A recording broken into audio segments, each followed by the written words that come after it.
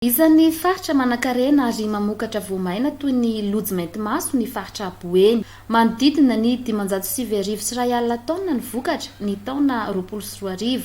Ny fandaran'asa fanohitra na Prospere izay fandaran'asa eo ambany fiahiny ny Ministera ny Fambolena sy ny Fiompiana ary ny Jono vatsiny ny fidavola dia manohana an-tantsaha amin'izay lalam-piariana izay. Ny famantarana an'ireo olana sedrain'ireo no ataon'ny Prospere voalohany.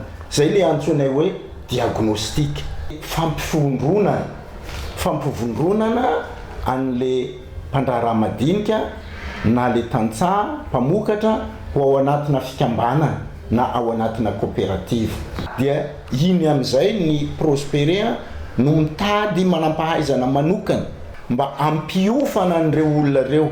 Ao no ampiofanana mikasika ny fahaiza-manao teknika mikasika ny asany, ny serasera mikasika an'ireo mpamatsy vola madinika koa dia anisan'ny tohana omen'ny Prospere an'ireo mpandraraha madinika reo. Ampina kory zareo hitady tsena. Ny serasera mikasika ny fitadiavana tsena dia anisan'ny tohana omen'ny Prospere an'ireo mpandraraha madinika eny ambanivohitra reo.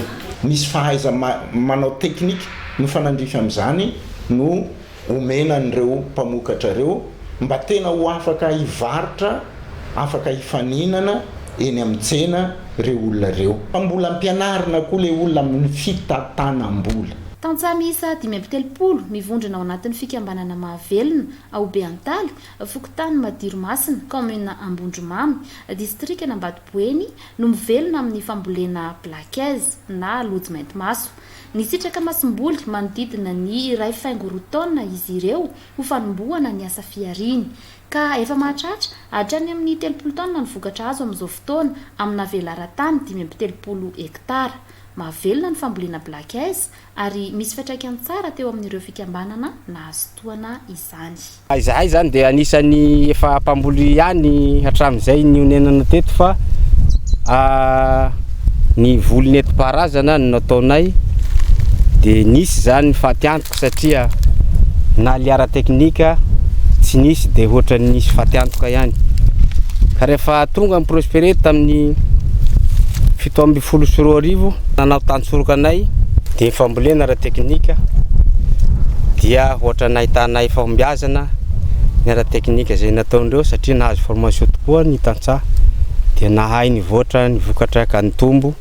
Le rendement zany nanomboka tamin'izay mbola nanao saritaka nentim-paharazana dia manome taonina raika ny hectare raika. Rehefa nanaraka teknika zay tolotanana zay nataon'ny Prospere nambaran'ny teknisianina dia nahita 2 tonnes 5 ny hectare raika. Hatreto raha ohatra ka prix tamin'ny taona tia dia tena mahavelona mihitsy raha zay tsy miova isa-taona satria nanodidina ny 730 ny 1 kilao tamin'izy ny andoha. Marina fa efa misy ny vovonana famokarana Blankaizy ao Mahajanga izay manatsara sy mandrindra araka ny tokony ho izy ny rotsim-piarina ao amin'ny faritra Boeny.